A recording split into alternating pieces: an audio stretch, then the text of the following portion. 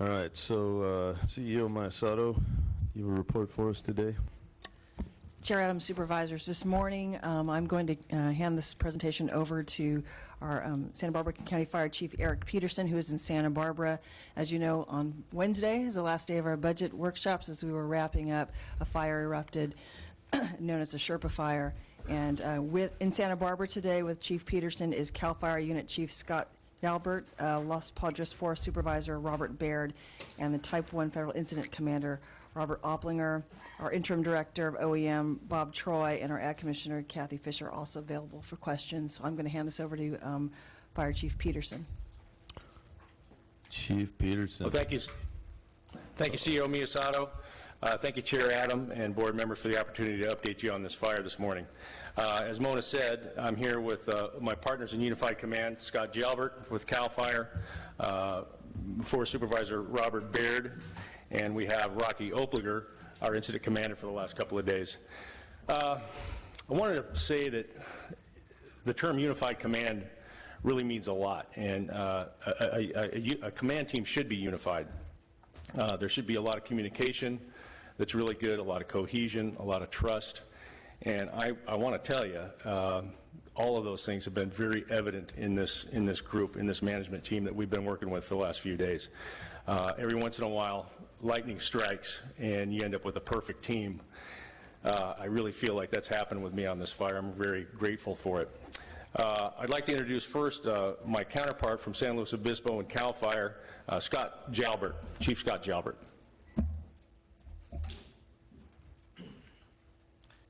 Thank you. Good morning, and thank you for your time this morning. It's an honor to stand before you. As you'll hear in a little bit, you will hear that we've made really good progress on this fire, and this has contributed to the great men and women on the ground and in the air, and you'll hear some great details about that. But not only is this so far a success story based on the ground and air resources, but it's also based on the great working relationship that we have between the Los Padres National Forest, CAL FIRE, and your county fire department led by a great fire chief, Eric Peterson, and I do mean that. So with that, I want to thank you, and I'll let these guys tell the details, and I'll go ahead and pass the mic over to another amazing leader, Forest Supervisor Bob Baird. Hi, good morning. It's a pleasure to address the board, and it's great a chance to see everyone. As a forest supervisor, it's a significant challenge to manage the forest, as it likely is the county, and we appreciate the partnership, the unified command, the shared trust, and the relationships that have continued to really be solidified as we've dealt with this wildfire together. There was significant potential, as you know, from the similar 1955 Refugio fire that ended up 84,000 acres. So to stand here and be looking at under 8,000, 1/10 of the size, is a tremendous accomplishment to the command team, to the leadership, and to the firefighters on the ground. This will be a long and dangerous fire season, and we've already moved aviation assets to the Angeles from the National Air Tanker Fleet and Helicopter Fleet, and we're continuing to support them as we close down this incident. But it's really being in it together, and we really appreciate the leadership and fire management, and as a leader who's allowing us to cooperatively move forward together. And it's a tremendous credit to the leadership of the county to be present in fire camp. I know that means a lot to the firefighters to have county leadership that is willing to go out and personally thank them and meet with them and give them the time and show the appreciation. And so thank you very much for your time, and I'll give it back to Chief Peterson. Thank you. Oh, excuse me, and then the commander of the incident management team, Rocky Opplinger. Well, again, good morning. It is really an honor and a pleasure to be able to present to you this morning and have that opportune time. Having been in emergency services and been on incidents throughout the United States and internationally, it's always a pleasure to come back to Santa Barbara, where I spent my early part of my career on the Los Padres National Forest. But most important, it was just amazing to see the incredible relationships that you have and working together to reach one objective. While we're in unified command with, of course, the Santa Barbara County Fire, the U.S. Forest Service, the Santa Barbara District of the Los Padres National Forest, and CAL FIRE, we got to remember that the supportive agencies that did an incredible job for us too, including our law enforcement agencies that were critical at the period that you had to close the 101, and we know how sensitive that is and how critical that travelway is for everyone, as well as the Santa Barbara County Sheriff's Department, who was really implemented the evacuation plan and the security of roads, and really the number one priority, which is the public safety as well as responder safety. As we take a look, and we've been very successful, I had a call this morning from the incident commanders, the one that's running both the Fish and Reservoir Fire in Los Angeles and the Border Fire in San Diego. Incredibly appreciative that because we've been successful in the last several days, we're able to mobilize and reassign several of our aviation assets to support them. And this morning, we're pleased to say that we have an extensive demob of critical resources of crews and engines, as well as dozers and water tenders to support them. We're in our next evolution now of looking at reentry, and I want to thank the EOC for bringing those critical issues to us and being well engaged with the team and all the cooperating agencies. We have our archaeologists and our suppression repair advisors out there working to protect sensitive cultural sites, as well as taking a look at any suppression damage that we have done to go on as this fire gets down to reach our containment objectives. So again, on behalf of our team, I'm Rocky with California Team 4, one of the 16 recognized national teams in the United States. We also are real pleased to say that we are in the progress of doing a reentry tomorrow at 0500 for the effective agricultural growers, as well as the ranchers and effective residents in the area. And looks like we'll be able to open the Refugio State Park on Saturday, and I know that's critical. Thank you very much. All right, thank you, gentlemen. Oh, there we go. You want to close? Eric? I would, just for a few seconds here, I'd like to go through a quick review of the fire and where we are at this point. These are busy guys, and really nice of them to come by and help and check in with us this morning. It's been great working with them. So if we go to the next slide. On June 15th, we received a report of vegetation fire at approximately 3:15. It was about exactly the same time we had passed a budget here in the county. Our initial response that Santa Barbara County sent out was 5 engines, 2 hand crews, 2 dozers, 2 water tenders, a helicopter. Los Padres National Forest sent 10 engines, 4 hand crews, a water tender, 2 dozers, helitack crew. It was their dirt, so it was in the Los Padres National Forest protection area. Santa Barbara City sent an engine, Montecito sent an engine on agreement. And when initial crews arrived on scene, the fire was 5 acres and growing rapidly. 6 air tankers were then ordered. By 6:30 p.m., 50 acres with 50-foot flame lengths were occurring, and it was obvious that it was going to be a long night, and we were not going to be able to contain this fire in one operational period. At about 1 a.m., the fire had reached 1,100 acres and began to impact the oil facility near the 101. It shows you just what wind will do to you on a fire if the situation is in alignment. If you have fuels, weather, and topography, and wind, down canyon wind, which is what we had that night, the fire just moved an amazing distance from the top of Refugio Road all the way down to, almost all the way down to the freeways, quite a distance. So if we go to the next slide. This picture is from air attack, fairly early on in the fire. It was taken by Mark Nunez, who sends these pictures to me. I'm lucky because he sends this stuff to me during fires. This shows this fire probably about a half acre, maybe an acre, but clearly as you see around it, there's an awful lot of potential there. So they knew, and our crews on the ground knew right away that this was probably going to go places, and they ordered up quite a lot of air resources, which became very crucial to the firefighting operation later on in the incident. Next slide.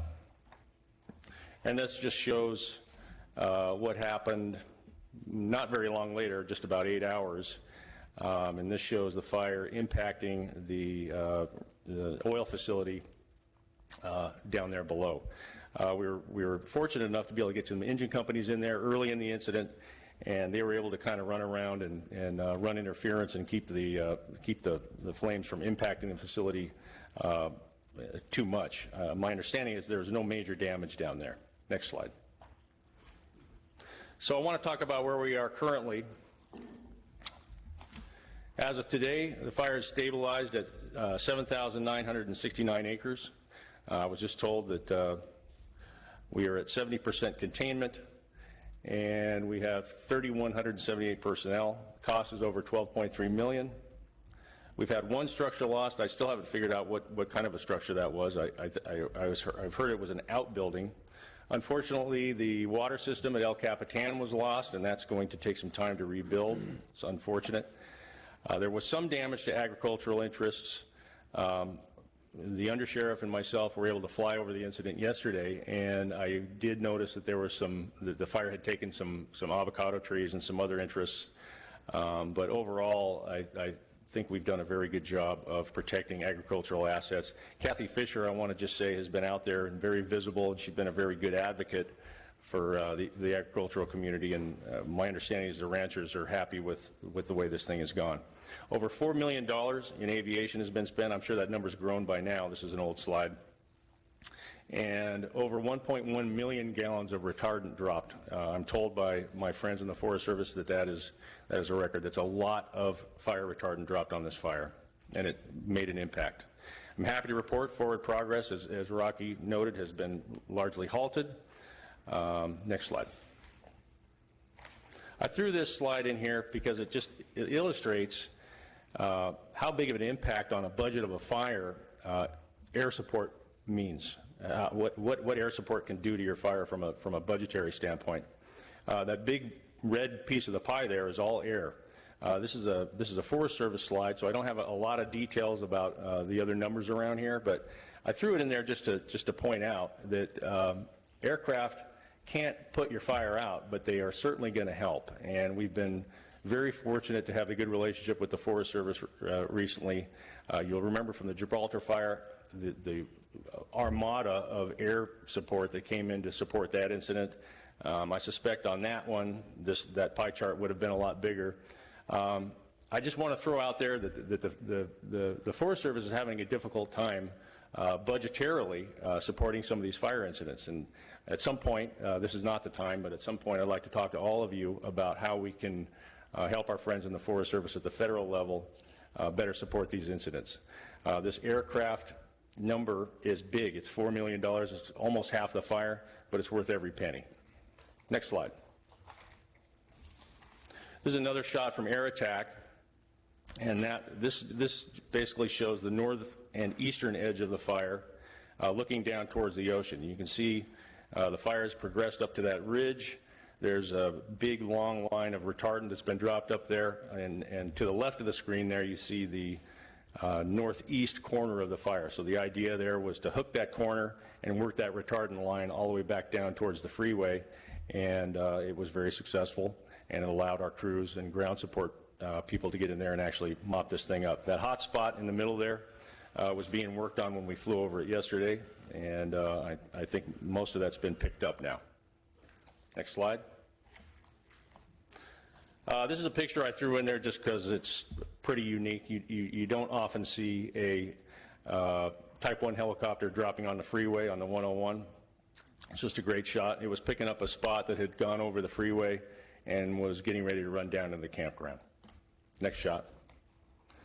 This one was, this is a photo by our own in-house Deputy PIO, Mike Eliason, and it's been picked up on a national level. It's just a great shot. And I think it really shows what happened on the second day of this fire when it blew out. That is the kind of stuff that those crews out there were dealing with. CEO Miyasato and myself were able to drive the next morning through El Capitan Canyon, and it was really, there was still some fire down in there, not a lot, but it was really amazing how much black line was down right next to the structure. So I can only imagine how dramatic it was for those crews when they were in there, and I'm very interested to hear the story about what happened in there that night. It's very amazing work done. And then finally, our last slide, I need to really thank a whole bunch of people real quickly. CAL FIRE, our relationship with CAL FIRE is so important to us as a contract county. We have the benefit of being a local kind of home-cooked fire department, but we also have the vast organizational depth, institutional knowledge, and amazing professionalism that comes with CAL FIRE. It's a relationship that's incredibly important to us, and we work very hard to keep it good, and it is good. Our friends in the Forest Service, our relationship with them has never been better than it is right now. We get some of our very best people from that organization. They develop an amazing work ethic there.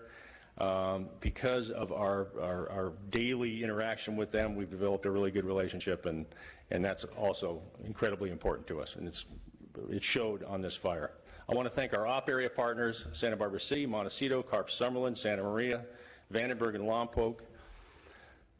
It's not easy for a local fire department to give up resources, fire trucks and personnel, especially when the weather was like it has been in the last few days. It puts a strain on them.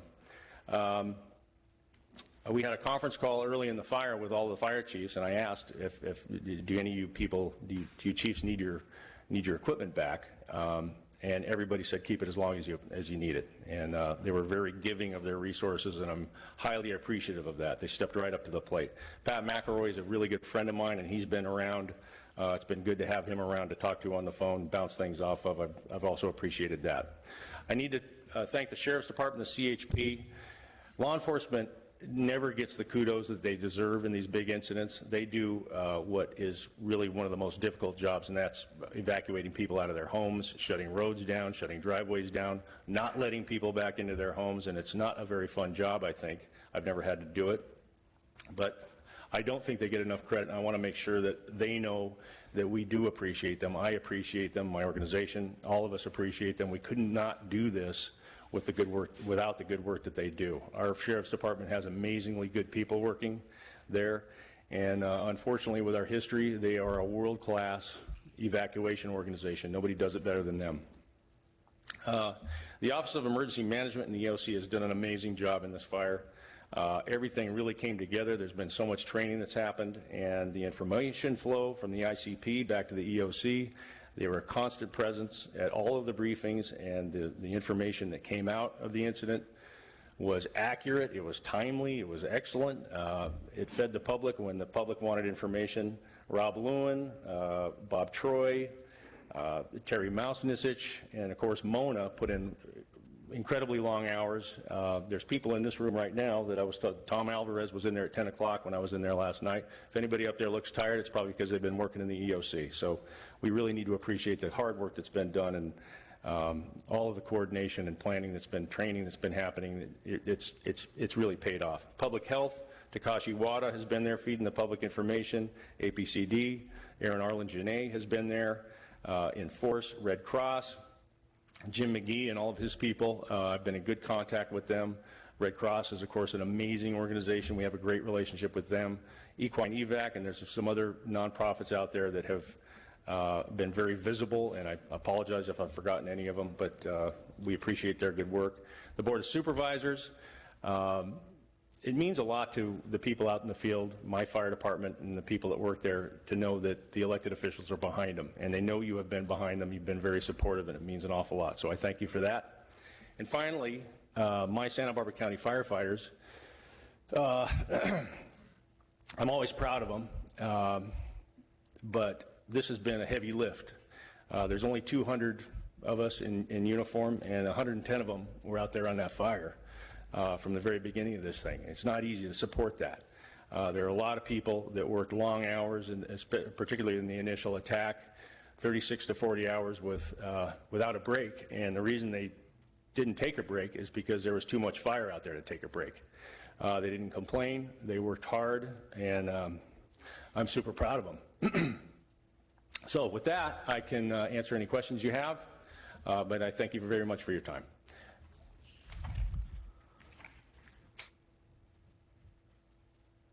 Supervisor Farr. Thank you, Mr. Chair. Well, thank you, Chief, for that very excellent report. I don't have any questions. I just wanted to add a few comments and say, you know, because the fire was burning in my district, I was in and out of the EOC on Thursday and Friday in particular, and also at the press conferences that day. And I can't emphasize enough all of Chief's words as far as the seamless integration between all of these different entities working on this fire. and how fortunate we were to have so many resources come in and be available to us, because clearly both the weather and the winds were horrible for this. You know, it could have been so much worse than it was, but all of these jurisdictions came together in a very seamless way. The communication, as the chief said, was amazing. I think that every time that we have an emergency like this, our communication has gotten better, and I think that you know, the rapid way the new information came out from the incident command to the EOC, out to the public, to to our channel on television, to the website and everything, was really something that I was very proud of, and we should all be very proud of. You know, Dos Pueblos High School there at the western end of Goleta was turned into a little city, supporting this incredible effort with 2,000 to 3,000 firefighters there. And everybody comes in and they know what they need to do, and the people come in off the line and they're able to rest and eat and shower, and then they're back out there again. You know, the chief mentioned El Capitan Canyon. When you look at the fire map, it was a miracle that that fire didn't burn down into Las Flores Canyon and into El Capitan Canyon in particular. At least Las Flores Canyon had some cleared space around it, but as we know, El Capitan Canyon is right in the canyon, and it's a beautiful wooded area. So it must have been amazingly heroic of the firefighters that were on the line those nights to save those facilities. And I also want to mention, again, the good work of our CEO, Mona Miyasato, and Assistant CEO, Terry Mosnisich. You know, we did come out of budget and right into this fire, and they were right there in the EOC. And besides our first responders that have already been mentioned that were there specifically working in the fire area, both our county fire department and sheriff, so many of our county family, our department heads and other staff worked in the EOC, and this was a 24-hour-a-day situation. And I have to say that when I went into the EOC and I saw people from all of these other departments of county government there supporting this effort, it kind of brings a lump to my throat, because it really characterizes what we mean by county family and all coming together in an emergency like this. So thank you to everybody, and just an incredible job. Supervisor Wolf. Thank you, Mr. Chair. And thank you, folks in Santa Barbara. I don't really have, I think Chief Peterson and Supervisor Farr really did a good job in the accolades and thank yous. I just want to add my thanks, though, to the leaders of this fire, to all of you in Santa Barbara. You've just done an amazing job. I too was out at Dos Pueblos and had an opportunity to thank, it was during one of the briefings, the 6 o'clock briefing, to thank the men and women who are out there putting their lives on the line to save property and lives in our community. And I really didn't get an opportunity, or I didn't think to thank the leaders behind those folks. And so I want to take this opportunity to thank you, Chief Peterson, and all the men behind you who spoke, and those who may not be here. I also had an opportunity to visit the Wake Center, where the Red Cross was performing their evacuations, and met with some of the folks, interestingly, from San Bernardino, who came to Santa Barbara to El Cap. And I would say the most gracious out-of-town folks who just understood what we were going through, and stayed at the Wake Center, and were camping out in the parking lot, and then visiting the EOC, as Supervisor Farr mentioned, seeing so many of our representatives from our county being there and working the computers and just taking on a tremendous job. I think the results that we see right now is not by accident. It's by the hard work of all of our first responders, and also the cooperation of our community. Unfortunately, we've been through so many of these fires, and I think we know that when we have a warning or an evacuation order, we know what to do.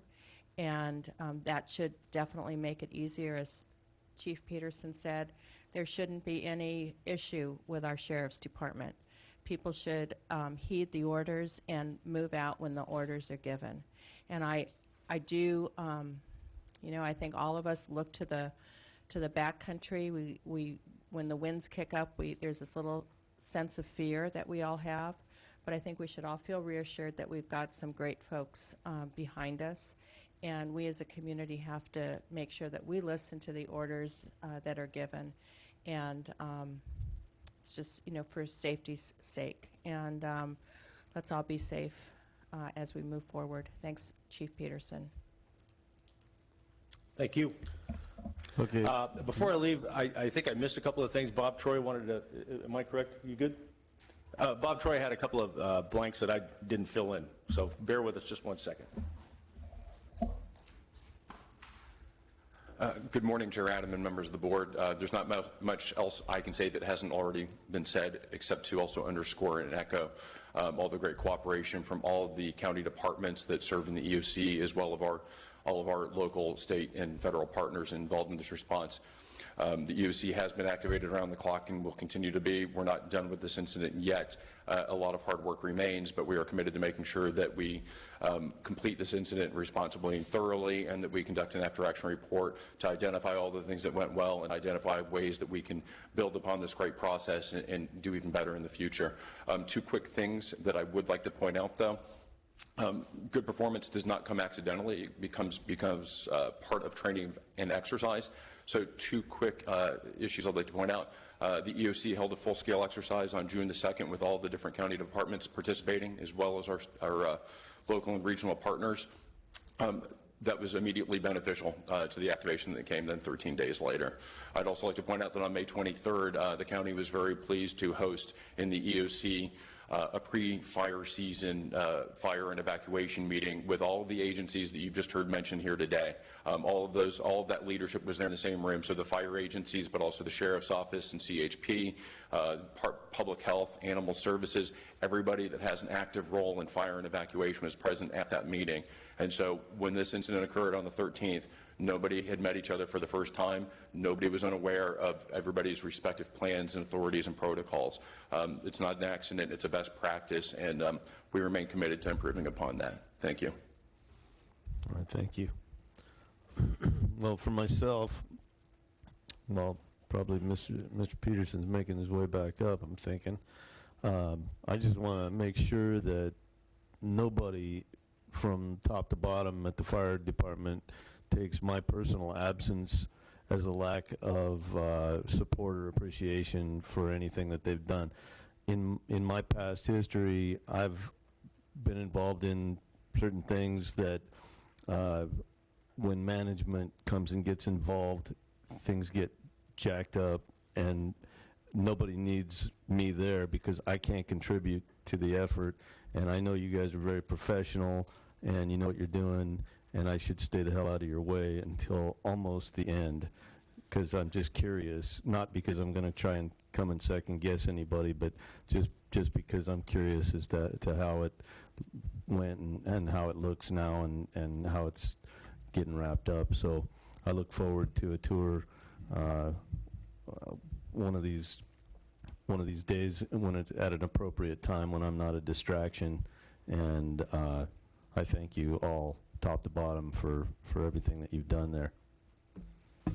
Well, thank you very much. It'll be, we can get you out there. Great. Thank you, Mr. Chair. Well, and I know, excuse me, I know it was brought up, but also want to give thanks to all of our department heads that showed up and spent. I mean, out here I almost felt guilty. You're home on Father's Day getting a barbecue, and then I'm getting an update on the fire from somebody that I know has probably just put in another 12-hour shift. So, you know, they did a great job keeping everybody informed. I guess I'll be the wet blanket. How do we, on that 12 million,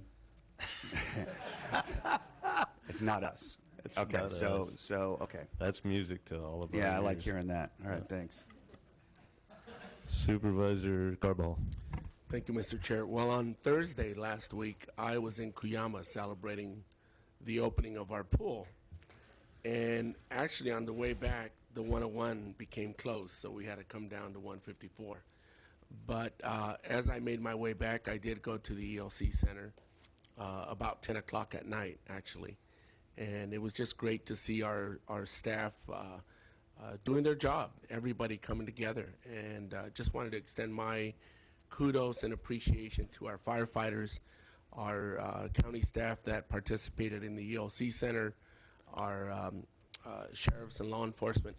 Everybody who played a role, I think, did a heroic and an extraordinary job, and I just wanted to express my appreciation. Thank you. All right. Thank you very much. Unless you got something. Thank you very much. Okay.